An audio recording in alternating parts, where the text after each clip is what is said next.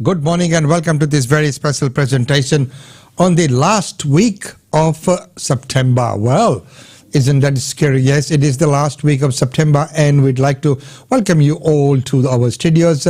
So we are streaming live from Brisbane in Australia, where the current temperature is 19 degrees. It's partly cloudy and looking always beautiful as ever outside that window. Well, what a weekend it was. We had the Superfire on Saturday the 25th, and what an amazing event it was. Of course, it's changed a little bit. We don't have the jets and we didn't have the acrobatic flights, but we had those magnificent helicopters and that big, huge plane with a grand finale super fireworks, which was just amazing. We'll try and see if I can bring you some glimpses of that towards the tail end of the program today. But as we know, right now, there's so much that's happening around the country.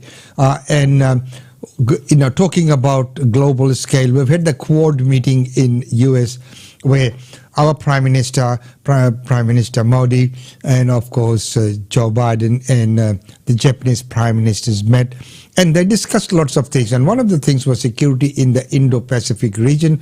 That was high up on the agenda, and of course reaching that zero emission target is of course again very, very important. So first up, we have our Prime Minister.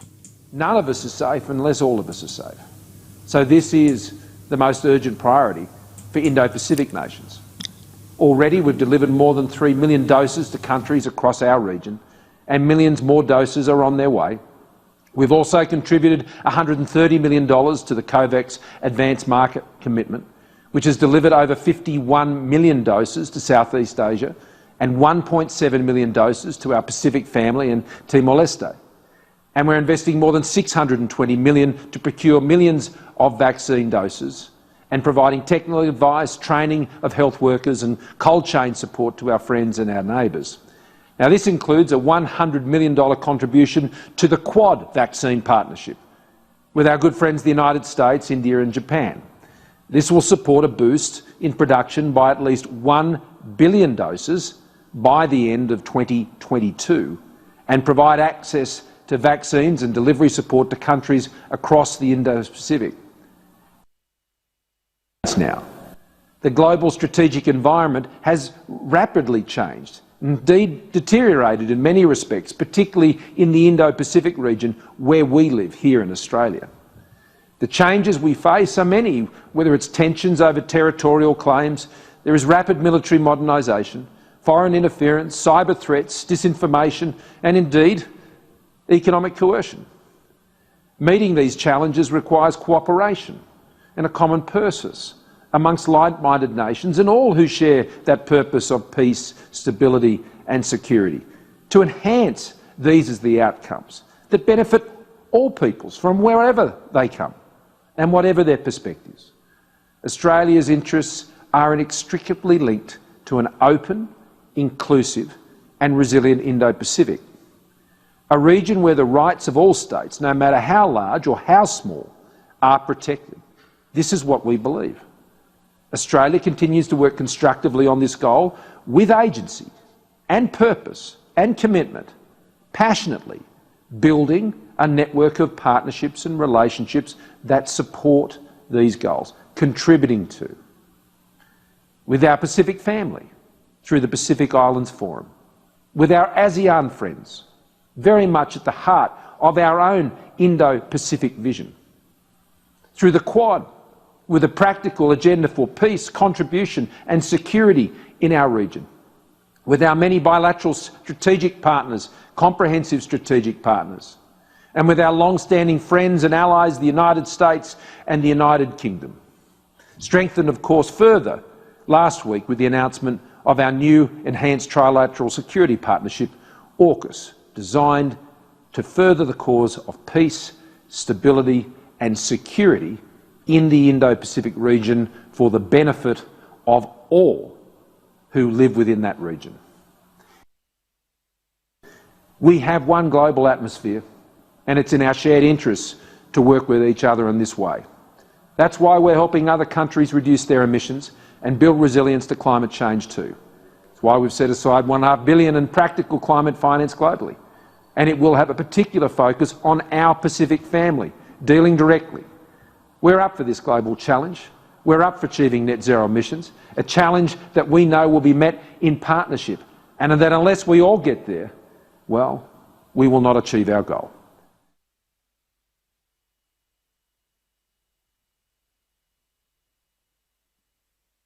And as we heard from our Prime Minister that if we don't work towards that, we will not be achieving our goals. Well, right now, let's go to ICT and get a report from there. We've had a large number of cases overnight, 32. 26 of them are linked, the remaining still under investigation. 7 of the 32 cases were in quarantine during their entire infectious period, and at least 24 have spent part of their infectious period in the community.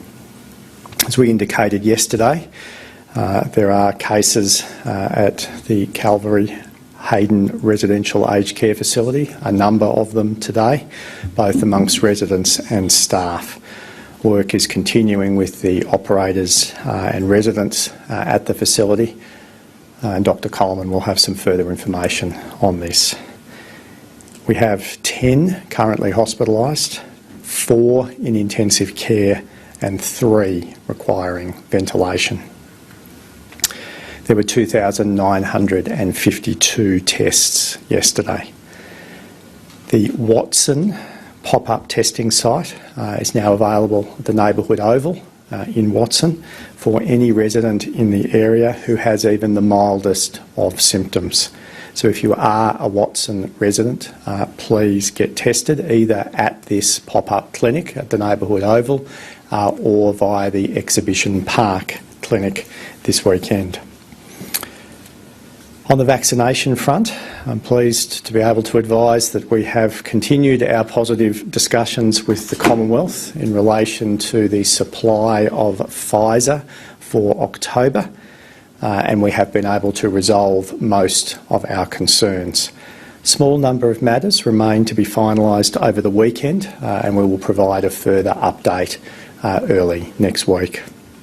I thank the Office of the Commonwealth Health Minister, Minister Hunt, and the Prime Minister's Office for their positive engagement on this issue. In relation to vaccination mandates, despite some reporting to the contrary this morning, the ACT has not ruled out mandatory vaccination requirements for high-risk workforces. People would be aware a vaccination mandate is currently in place for aged care. The ACT is participating in national discussions about mandatory vaccination requirements for both the healthcare and disability sectors.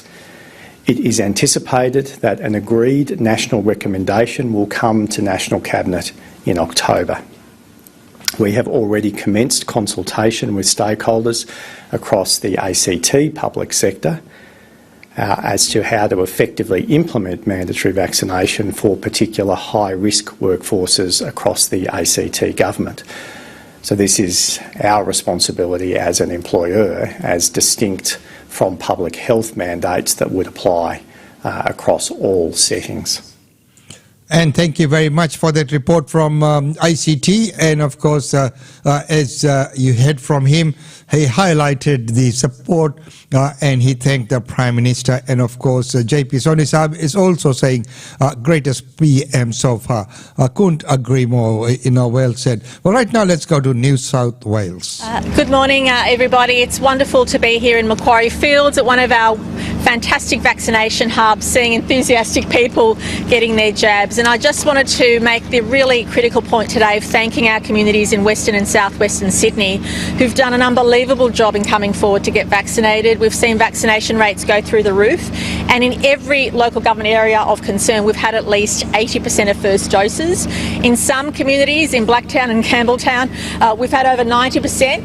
In Peter Sidgrave's electorate of Camden, we've had over 95% first dose, and in Mel Gibbons' electorate of Holsworthy, covering the Liverpool area, we've again seen vaccination rates around 85% first dose, and this augurs extremely well for us moving into the future. Across the state, New South Wales is at 84% 84.1% first dose and 56.6% second dose, so edging closer and closer to that 70% double dose figure. I'm also pleased to announce that a third of our 12 to 15-year-old teenagers have already received their first dose, and given that's only been available in a short period of time, that's an outstanding result. To 8 p.m. yesterday, we had 1,043 cases of community transmission, and tragically 11 people lost their lives. And again, we extend our deepest condolences to all those, to the loved ones and family and friends of those people who lost their lives with COVID. And again, it's a reminder about how deadly the disease is and how important it is for all of us to protect the most vulnerable, to make sure we get medical attention when we need it, and to make sure we try as much as we can to prevent transmission of this disease. And it is very important to, prevent the transmission. And of course, if you look at those anti-vaccination protesters, what do you make of that? Of course, everyone's got a right of expressing their own opinions and their thoughts.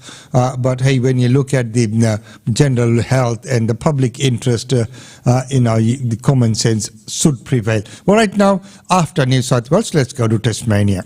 Now, last night, the Spirit of Tasmania sailings scheduled from Devonport to Melbourne and Melbourne to Devonport were postponed as Tasmanian and Victorian public health officials worked through isolating and testing identified close contacts of an infectious COVID-19 TT line contractor who was based in Melbourne and worked below deck.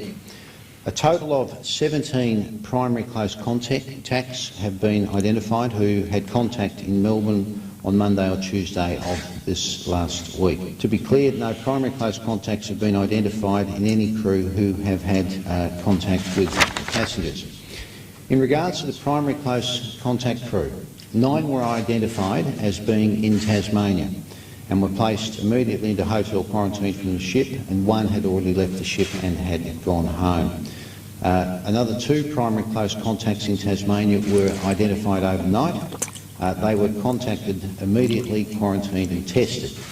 I can confirm very pleasingly that the 11 primary close contacts in Tasmania have now returned a negative result.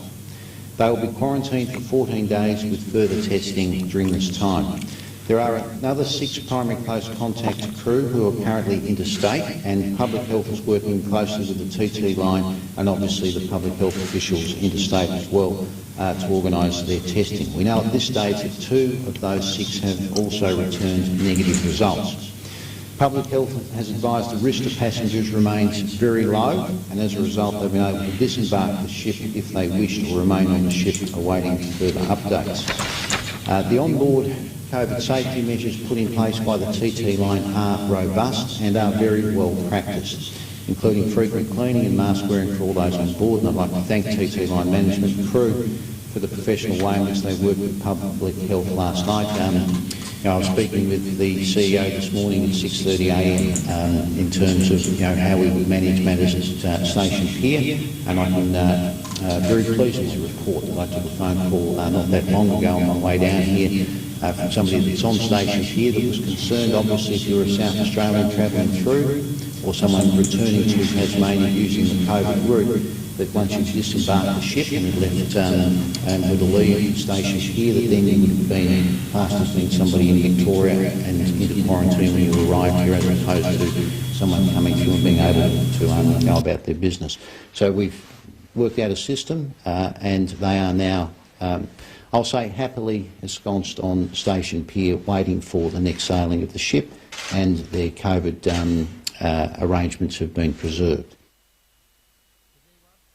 A report there from Tasmania, and after Tasmania let's go to Victoria, where some regional areas the restrictions are going to be easing soon. We are closely watching regional Victoria as the number of cases steadily but slowly rises. The Chief Health Officer will, within the next 24 hours, have more to say about restrictions in both Mitchell Shire and the Greater Geelong area, both of which are due for their current series of public health lockdown measures to be reviewed. However, the Chief Health Officer has advised that given the really good efforts that we've seen in Surf Coast, that they will definitely be coming out of lockdown as at 11:59 p.m.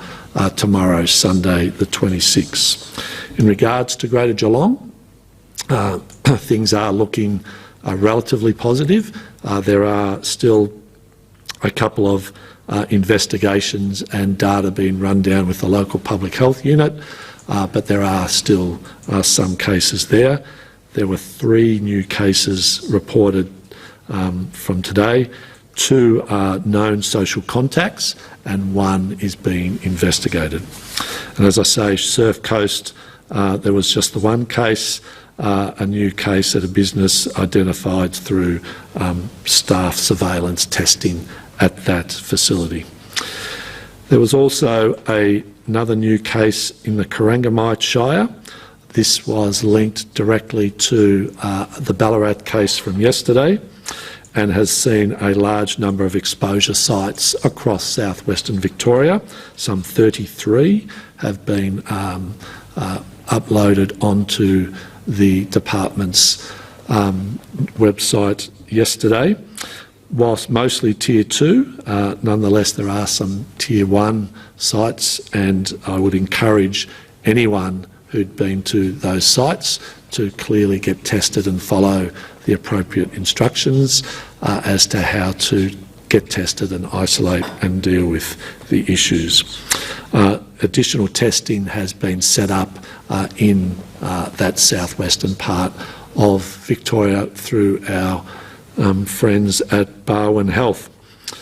And there were also 7 new cases in Mitchell Shire, continuing the larger number of cases in that regional shire, and given its immediate proximity to the northern suburbs of Melbourne and the number of incursions crossing that metro regional divide, the prospects of Mitchell Shire continue to grow in numbers is one that we need to forecast, because Mitchell Shire does reflect those patterns of how essential workers, particularly links to construction and other sectors, have seen a quite large number of cases proportionately to the rest of regional Victoria.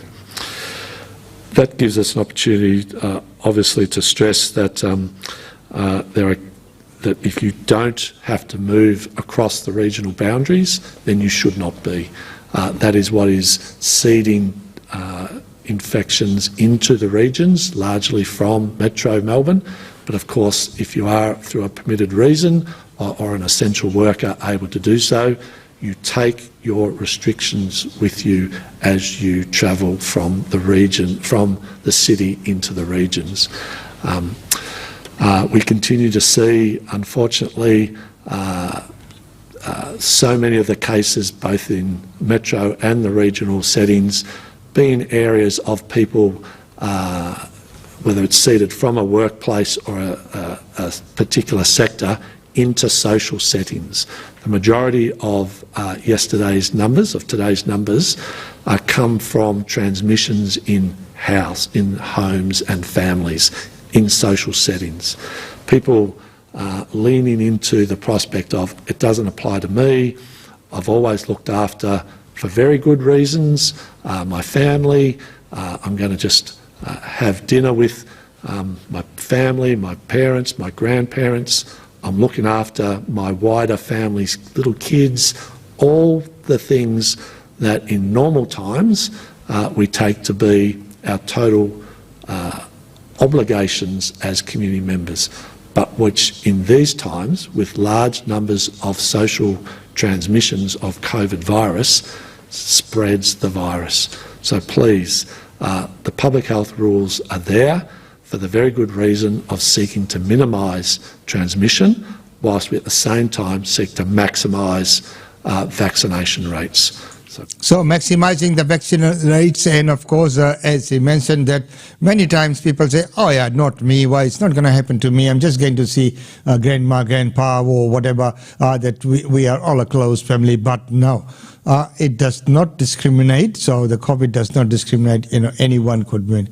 Well, in relation to all this protest and everything, there have been several arrests that have been made, as you can see from this next report. Luna Park.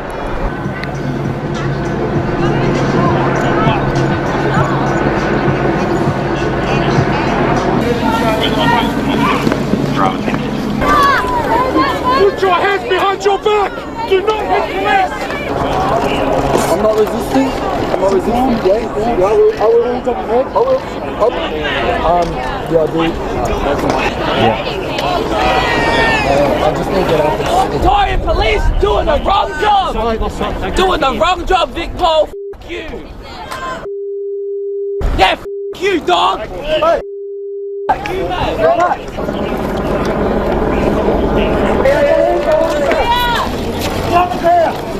Keep your hands behind your back! Back off! Back off! Back off!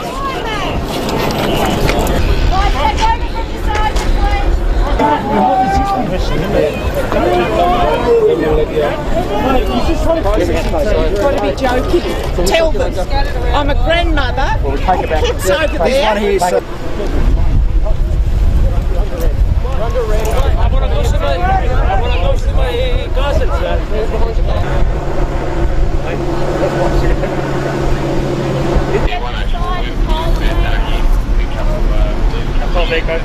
Keep moving. We need So you to team, move on. move on. Just keep. Don't want you to get hurt. Move on. Might get a bit funny. And undue force or what? I mean, there's a duty of call, and they're doing their duty, passing on, and the type of abuse that they have to deal with these protesters. So, of course, everyone's got a right to, voice their opinion, but hey, there is a way and there is a manner in which it needs to be done. Well, right now, breaking news is National MP Darren Chester announces that is taking a break from the party room. Here's that report. So, Darren Chester, explain what do you mean by taking a break from the Nats?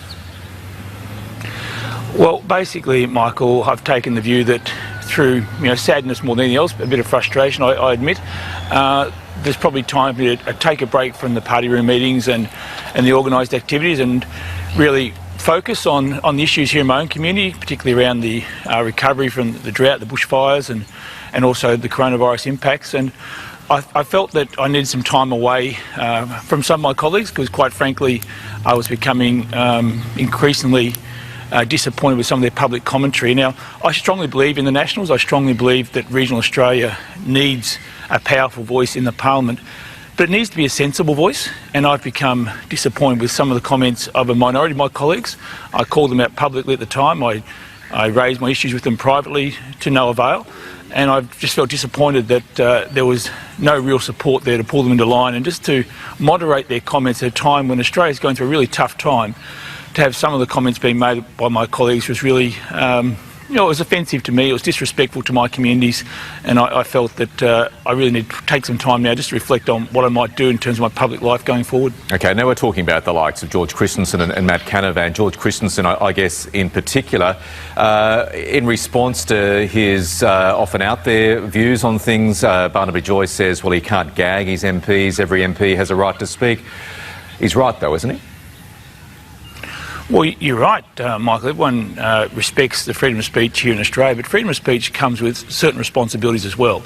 And as public figures, one of those responsibilities is not to inflame situations, not to spread misinformation. And I've been really frustrated by comments at times, particularly during the lockdown protests in Melbourne. Our state, my community, going through a really tough time, having someone who was misinformed from Mackay in regional Queensland commentating in a way which I thought was disrespectful to Victoria Police trying to uphold the law, but also unnecessary in the circumstances, and perhaps gave some comfort to people who were seeking to disrupt our community at a time when we need to keep working together. And working together is what we need to be doing. Right now, let's take a very quick look at the message from our sponsors, and you too can be a sponsor of the segment. You can have your ads placed within the segments, or you could have a hosted program. As we know, on Wednesday we have real estate update with Usha Chandra. On Thursdays we have the travel updates with Tanvi Goyal, and on a monthly basis we have the migration update with Suman Dua, and of course Aapka Sehat, that your health program by the Indian Medical Association. And last night we had this very wonderful The Music Junction, which is a monthly program at this stage, and last night featured Parvinder Singh Harman, and a wonderful singer, and very skillfully and witfully hosted by RJ Savi. So if you haven't seen that yet, you can go on our Facebook page or our YouTube channel, and you can watch that right now. Before we go into some glimpses of the Superfire, let's take a look at the message from our sponsors. GlobeNet Realty. GlobeNet Realty has been the longest established, trusted and respected agency in its trade area. Washa Chandra, Director of GlobeNet Realty, provides honest and ethical service to her customers. If you are thinking of investing in Brisbane real estate market, or if you are seeking professional property management, then you should contact Usha Chandra today on landline 3865 4466 or mobile 0419 775 416. And for further updates, log on to our website www.globenetralty.com.au. GlobeNet Realty is your own local real estate agency. Situated at Shop 52281 Sandgate Road, Boondall. GlobeNet Realty. Real estate is our world.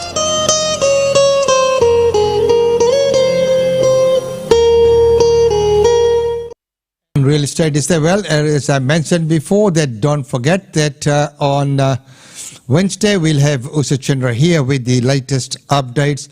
Well, as we said, today we had reports from all different states, but not from Queensland, not yet. We'll have that coming in tomorrow. But as we know, our Premier has copped the flag from the Indian community for her comments on singling out India in opening up of the borders comments. And there's been so much commentary, including mine, through the Daily Telegraph. And there's so many people who have already commented on that.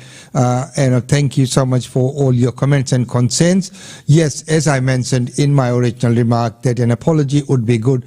Whether it's forthcoming or not is another matter. We'll keep you updated how that case progresses. But, our Premier, the Queensland Premier Anastasia Palaszczuk, has come under a lot of fire from the Indian community for that disrespectful remark.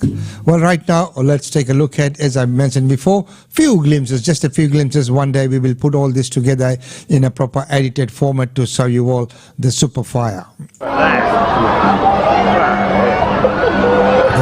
That's what I meant, yeah.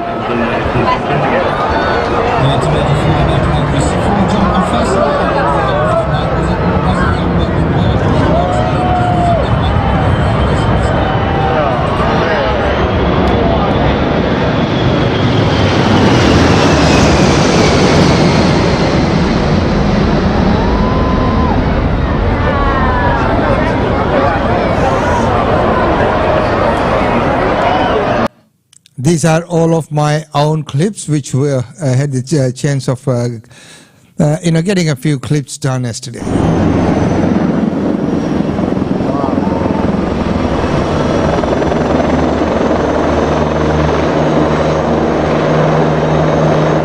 Shots from our balcony.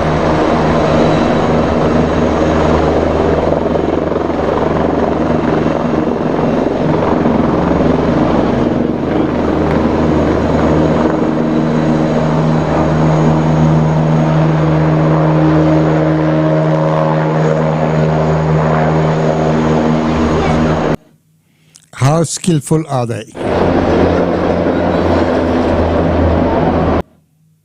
And the Superfire itself. They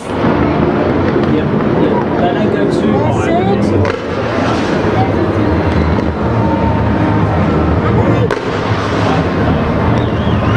And then the last bit,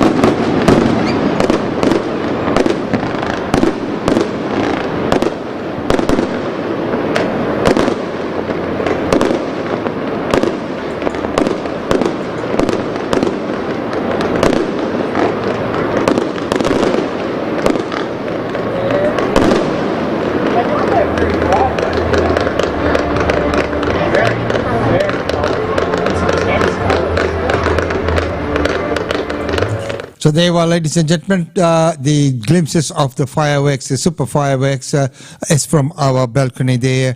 As you could see, the pontoon was just straight there.